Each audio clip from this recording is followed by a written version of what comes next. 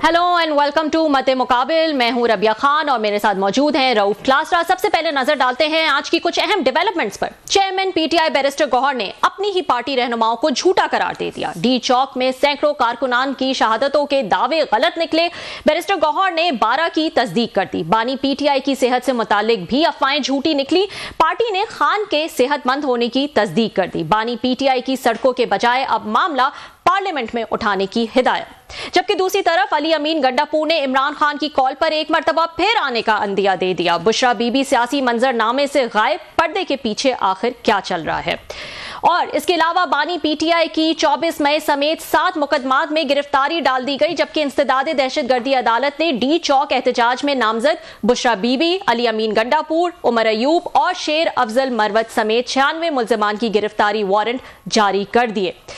Propaganda के जरिए हुकूमत को बदनाम करने की कोशिशें। हुकूमत ने गिरफ्त में लाने की तैयारियां मुकम्मल कर ली। रियासती इदारों के खिलाफ मुहिम पर वजीर आजम ने 7 रुकनी टास्क फोर्स तश्कील दे दी।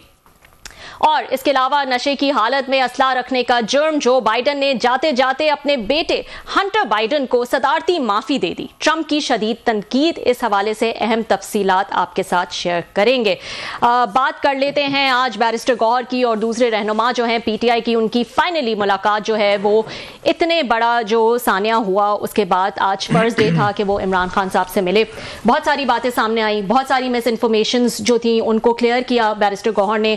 एक तो उन्होंने जो सैकड़ों अमवात का जिक्र किया था अली अमीन गंडापुर ने, उन्होंने बाहर आके जब प्रेस कॉन्फ्रेंस की उन्होंने उसकी तरदीद की। खान साहब की तबीयत के हवाले से बहुत सारी बातें की जा रही थी। कासिम सूरी साहब का जो है वो ट्वीट था कि उनको जो है वो ट्रांसफ़र कर दिया है कहीं और उनकी तबीयत सही नहीं है और कोई जहरीली गैस है जिसकी वजह से उनका दिमागी तवाज़ुन सही नहीं है। ये सब बातें जो है इसकी भी तरदीद की। ना सिर्फ बैरिस्टर गौहर ने बल्कि दूसरे रहनुमा भी आज टीवी शोज़ में आते रहे और तरदीद करते रहे। बड़ी इंटरेस्टिंग चीज़ है कि एलन मस्क साहब फरमा रहे थे कि जनाब अब जो ट्रेडिशनल मीडिया है या आपके टीवी चैनल्स हैं, अखबारात हैं, इनकी कोई हैसियत नहीं रहेगी। ना इनको कोई पढ़ता है, ना सुनता है, ना देखता है, ना इनकी क्रेडिबिलिटी है। तो क्रेडिबिलिटी किसकी है? वो कहते हैं जो फोरम मैं चलाता हूँ जिसको सोशल मीडिया कहते हैं, ट्विटर के हैं, फेसबुक हैं, टिकटॉक के हैं, इंस्टा के हैं, या जो भी फोरम्स हैं, अब उनकी होगी। दुनिया में उन्होंने कहा जनाब सहाफ़ी और इनकी तो कोई पूछते नहीं है, ना इनकी कोई कदर है, ये अब जाएँ छोले बेचें। और फिर इसके बाद आपने देखा होगा हमारे पीटीआई के दोस्त जो हैं वो भी इस गर्दान पे चल मिलते हैं हमें, बल्कि कई दफ़ा हमारी मुलाकातें होती रहती हैं वहाँ पे। तो वो ये फरमाते हैं कि जनाब अब तो इसकी इस ज़रूरत नहीं रहेगी मेन मीडिया की, इसको आप छोड़ें जी, पुरानी बातें होंगी। आप तो यूट्यूबर की बात करें, अब आप जो ट्विटर की बात करें, किसके फॉलोइंग हैं, किसके लाइक्स हैं, किसके व्यूज़ हैं। देख लिया आपने, अपने व्यूज़ भी देख लिए, अपनी फॉलोइंग भी देख ली, अपनी खबरें भी देख ली, अपनी क्रेडिबिलिटी भी देख ली। मैं तो ये कहता हूँ सबसे ज़्यादा नुकसान अगर किसी ने कोई डिसऑनर किया है उन बेचारे लोगों को जिनकी डेथ्स हुई हैं यहाँ पे, उनके बकाया वो पीटीआई ने सबसे ज़्यादा किया है। You showed them disrespect.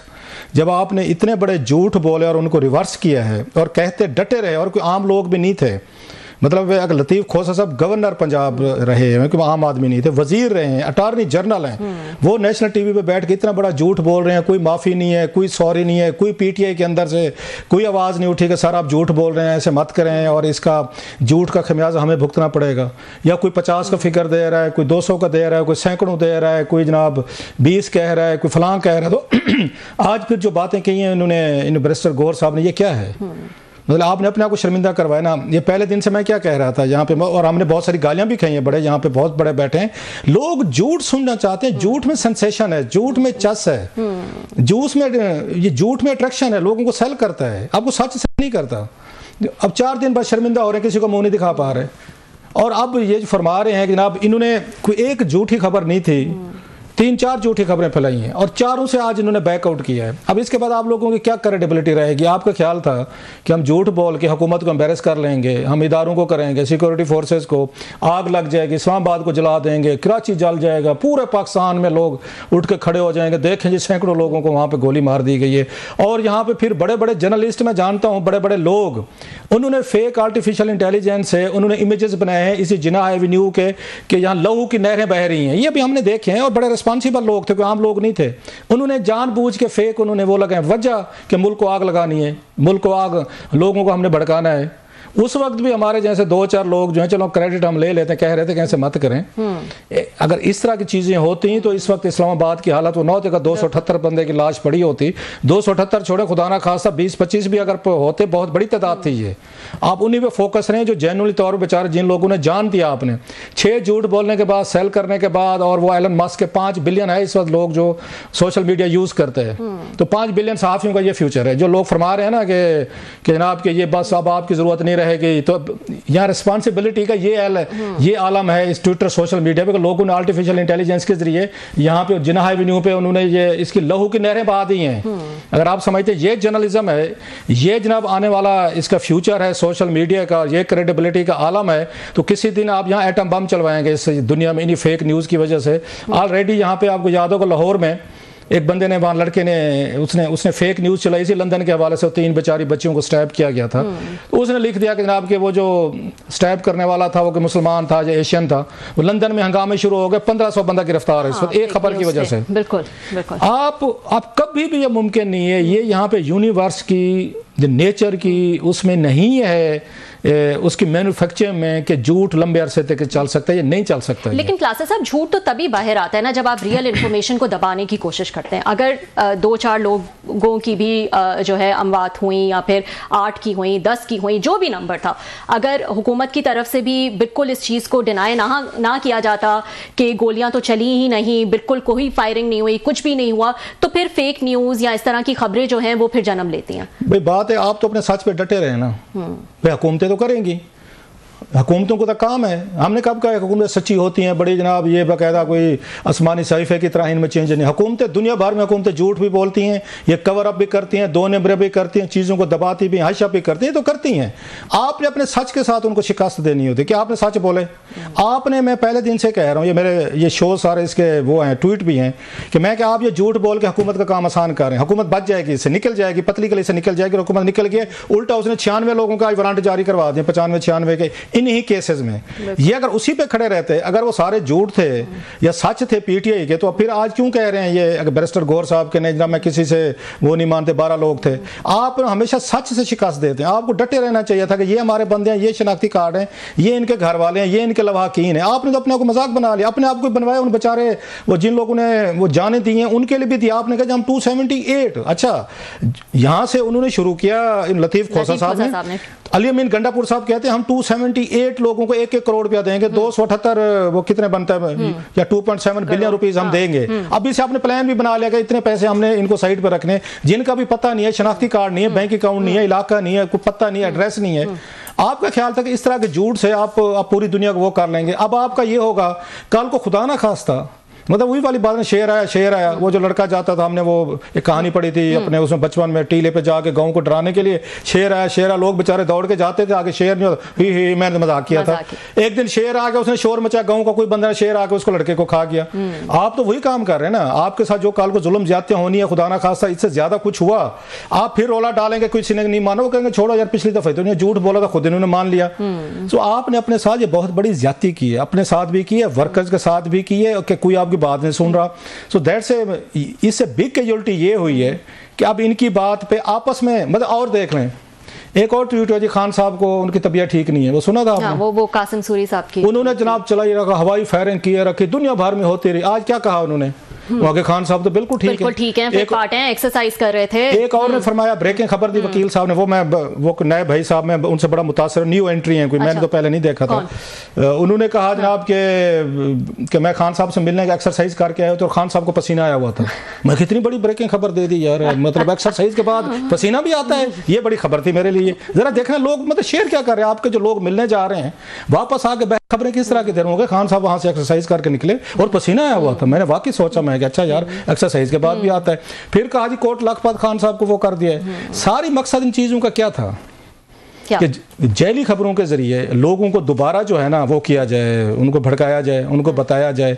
Ultimately अब स्ट्रेटजी क्या बनी है? अच्छा लोग फिर भी नहीं भड़के। मजे की बात ये है 278 की लाशों का सुन के, सैकड़ों का सुन के, 100, 50, 1000 जो भी था, लोग फिर भी नहीं भड़के, लोगों ने फिर भी आप पे एतबार नहीं किया।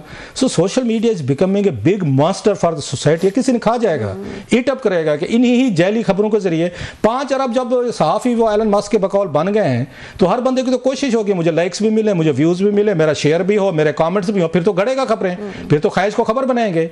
आप कभी जाके देखें ना फेसबुक पेजेस जो बने हुए हैं, जो उन पर चीज़ें शेयर हो रही होती हैं, मैं हैरान होता हूं तो किन किन ये मुज़हिका खेज बातों तस्वीरों पे थाउजेंड्स ऑफ शेयर्स होते हैं।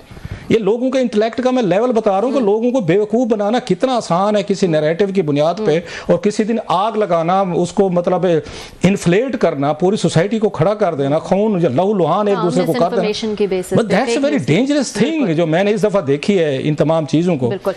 एक और आपने चीज़ नोट की होगी, उन्होंने कहा जी खान साहब ने कहा मुझे तो पता नहीं था 24 या 26 को क्या हो रहा है, क्योंकि उनके पास ना फोन था, ना न्यूज़पेपर था, ना कुछ था, तो वो जो है वो ला इल्म थे कि क्या हो रहा है। बिल्कुल ठीक है, ये इसलिए किया गया है, ये बड़े मतलब there is a method to this madness कि अब इन्होंने पर्चे कर दिए हैं 96 लोगों पे खान साहब पे भी हैं, बुशरा साहब पे भी हैं, गंडापुर साहब पे और बाकी लोगों पे हैं।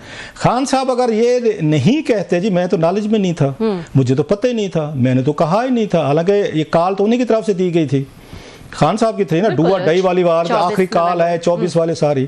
सो ये भी स्ट्रेटेजी का हिस्सा है कि जनाब के खान साहब को पता ही नहीं था, ताकि कल को आप डिफेंस ले सकें अदालत में, कोर्ट में कि मुझे तो पता ही नहीं था, मैं तो जेल में हूं, मैं I don't have any idea कि वहां पे क्या हो रहा था, मैंने तो किसी को नहीं कहा, बल्कि मैंने तो अब वो नैरेटिव ज्यादा स्ट्रांग होता जा रहा है। जो अली मोहम्मद खान साहब की भी ऑडियो लीक हुई है, मे बी वो ऑडियो जानबूझ कर लीक की गई हो। अब नोट करें संजानी पे मान गए थे, ये डिफेंस है। अब इस तरीके इतने आप एफर्ट्स कर रहे हैं अपनी चीजें बचाने के लिए, मैं तो ये समझता हूँ अली मोहम्मद खान साहब की जो ऑडियो लीक है ये जानबूझ के की गई है, जस्ट ये चीजें करने के लिए कि ये ऑडियो लीक में किसको फायदा हो रहा है, किसको, खान साहब को हो रहा है कि खान साहब कहते हैं कि संजानी से आगे आपने नहीं जाना, अब डी चौक पे नहीं जाना। सो ये लीकेज जो है ना, ये भी कैलकुलेटेड लीकेज है। ये इसलिए आप नोट करें, जब बैरिस्टर गौर साहब को सवाल किया गया है, वो साथ खड़े थे अली मोहम्मद खान साहब कि इनकी ऑडियो लीक हुई है, कोई और बंदा होता रिएक्ट करता, वो ये नेचुरल सी बात है। अली मोहम्मद खान साहब वो कहते हैं झूठी है, गलत है, किसने की है, ऐसी बात नहीं है। अली मोहम्मद खान साहब स्टेट साइलेंट, ही स्टेट क्वाइट, कोई रिएक्शन नहीं आया उनके फेस पे, वो जैसे बंदे को पहले से पता होता है। सो अब खान साहब को फील हुआ है कि एक बैकफायर हुआ है, स्ट्रेटजी बैकफायर हुई है, आपके लोग मारे गए हैं। अब आज उन्होंने उनके ट्विटर पे मैं देख रहा था, आज उन्होंने कहा जनाब ये मास्कर हुआ है, जेनोसाइड, हम जाएंगे यूएनओ जाएंगे, दुनिया भर में जाएंगे, आलमी इदारों के पास जाएंगे। बिल्कुल आपको इन चीज़ों पे आवाज़ उठानी चाहिए। अच्छा मुझे ये बताएं ना, आपने अभी ये जो जिक्र किया, जो हम बात कर रहे हैं कि ये खान साहब जो है वो लाइल्म थे, लेकिन बीच बीच में बैरिस्टर सैफ भी उनसे मिले, उनको पता था कि क्या स्ट्रैटेजी डिस्कस हो रही है, क्या हो रहा है, ये सब खबरें तो आ ही रही थी ना। ये फोन पे बातें नहीं करवाई उन्होंने, ये तो अभी जलसे के दौरान करवाई हैं, जब हंगामे के दौरान कराई गई है। तो ये कैसे वो कह सकते हैं? बैरिस्टर गौर ने क्या कहा था, यही तो बात की थी कि मेरे खान साहब से बात हुई, उन्होंने अली मोहम्मद खान को ये फोन किया है, तो बुशरा साहब ने कहा जी मेरी बात करो, सो खान साहब ऑन बोर्ड। वो अगेन अली मोहम्मद खान भी मिलते रहे, आप उनके ऑडियो लीक देख रहे, वो भी यही कह रहे थे, मैं तो इस्लामाबाद पिंडी बैठा हुआ था खान साहब से मिलने के लिए। अच्छा ये जो आपने अभी जो जिक्र किया कि अब ये कह रहे हैं कि हम पार्लियामेंट में भी उठाएंगे, हम कोर्ट्स में भी जाएंगे, जुडिशल कमीशन बनना चाहिए, यही तो वो चीजें हैं जिन पे खान साहब को भरोसा नहीं रहा था, तभी तो एहतजाज की जो है वो कॉल दी थी। अब ये वापस सारी चीजें जो हैं वो एक सर्कल में वापस घूम रही हैं, एहतजाज में जो कुछ हुआ उसके बाद अब वो वापस कह रहे हैं कि हम ये चीज़ें पार्लियामेंट में उठाएंगे, या जुडिशल कमीशन बने, या हम कोर्ट्स में जाएंगे, हमारे साथ जो नाइंसाफी हुई है। अब खान साहब को कभी वो पार्लियामेंट से नफरत करते हैं, it's a love hate relationship. जो पार्लियामेंट उनको मजबूत कर सकती थी, जहाँ से बहुत सारे नतायज ले सकते थे, पूरी दुनिया ने उनके पाँव पकड़े कि खान साहब हुकूमत ना तोड़ें। दो लोग उनके बड़े करीब थे, बड़े करीबी थे, उन दो लोगों ने कहा नहीं जनाब खान साहब हुकूमत भी तोड़नी है, असम्बलियाँ भी तोड़नी है। चलो टूट गई, फिर वो रिस्टोर हो गए, फिर पूरी कौम उनके पाँव पड़ गए, मीडिया वाले, पूरी एस्टैब्लिशमेंट, खान साहब मेहरबानी फरमाएं, हुकूमतें बदलती रहती हैं। इवन जनरल बाजवा ने भी कहा जी, मैंने कहा जी इस्तीफे ना दें पार्लियामेंट से, कभी भी अंदर से चेंज आ जाती है। खान साहब नहीं माने, उन्होंने पार्लियामेंट से इस्तीफे दिलवाए, फिर चले गए वहाँ पे उस पंजाब को, उन्होंने परवेज अली साहब को फारिग करवाया, फिर उन्होंने महमूद खान साहब को फारिग किया। उसके बाद वो दोबारा पहुँच गए सुप्रीम कोर्ट में पटिशन लेके कि हमारे इस्तीफे जो कौमी असम्बली वाले ना मंजूर किए जाएं। ये आपके सामने की बात है, ये मैं तो आपको आसमान से नहीं बता रहा। अब वही कुछ हो रहा है, बंदे मरवाने के बाद, हुकूमतों को मौका देने के बाद, हुकूमत आप पे वो चढ़, इस वक्त पीटीआई कमजोर उस पिच पे खड़ी है। कुछ दिन पहले ये स्ट्रांग भी उस पिच पे, जब वो आए थे, ट्रंप साहब आए थे, तो यकदम इनका जो एक पॉपुलैरिटी ग्राफ है ऊपर चला गया था। नोट करें, हुकूमत लगती थी वो कोने खदरों में छुप गई है कि यार कि वाकई वो ट्रंप आके वो होने नहीं होता। स्कूल में हमारी ये बच्चों की लड़ाई हो जाती थी ना, ये बड़ा मशहूर है। तो कुछ छोटा बच्चा मार खा लेता था ना, बड़े से कहते तू इधर ही रुकी, मैं जरा बड़े भाई को लेके आता हूँ मैं जरा। इन्होंने कहा तू इधर ही रुको ना, हमारा बड़ा भाई आ गया, ट्रंप आ गया, अभी हम तुम्हें नहीं छोड़ेंगे। और ये वाकई डर गए थे ट्रंप से, आप नोट करें। इन्होंने अपने ट्वीट्स वगैरह डिलीट करने शुरू कर दिए थे ट्रंप पे थे वगैरह चीजों पे। तो खान साहब की पार्टी ने कहा इनको, वहां इधर ही रुके जनाब, आप इधर रुके, हमारा बड़ा भाई आ गया सदर बन के, हम आपकी ठुकाई करवाएंगे। That was the best of your moment. उसी पे डटे रहते। कुछ दिन तो इनको खौफ रहता ना, फियर फैक्टर रहता है कि पता नहीं ट्रंप क्या कर देगा खान के उसको। आपने सारी गुब्बारे की हवा 26 को खुद ही निकाल दी है कि क्या आपने कहा नहीं जनाब इससे पहले कि ट्रंप साहब कुछ करें कि हुकूमत कोई दबाव में है, तो अब आप दोबारा पार्लियामेंट जा रहे हैं, वहाँ पे बैठेंगे, हंगामे करेंगे, शॉटिंग होगी, चीज़ें वो डिस्टर्बेंस होंगी। इन तरीक़ों से मुझे नहीं लगता कि कोई खान साहब कोई बहुत बड़ा एक मकसद ले पाएंगे। मकसद सिर्फ यही है कि जनाब के अनारकी रहे, अनारकी के ज़रिए कोई दबाव रहे, कुछ चीज़ें करें। बहरहाल वो खान साहब भी हैं, खान साहब उनको तो कोई ना कोई समझा सकता है, उनकी अपनी पार्टी के नहीं समझा सकते। लेकिन 2-4 चीज़ें मुझे आज अच्छी लगी हैं इनकी। वापस आए ब्रेक के बाद, एक बैरिस्टर गौहर साहब की और एक मैंने बात करनी सलमान अकरम राजा साहब की। ये मतलब है ये पार्टी का फ्यूचर क्या है। आज उन्होंने 2-4 बड़ी अच्छी बातें की हैं। जरूर हम पार्टी का फ्यूचर डिस्कस करेंगे, खासतौर पर इस एहतजाज के बाद ऐसा लगता है कि पीटीआई जो है वो अब एक कमजोर फुटिंग पे है। मजीद कुछ तफसीलात जो है वो आपके साथ डिस्कस करेंगे आफ्टर दिस शॉर्ट ब्रेक।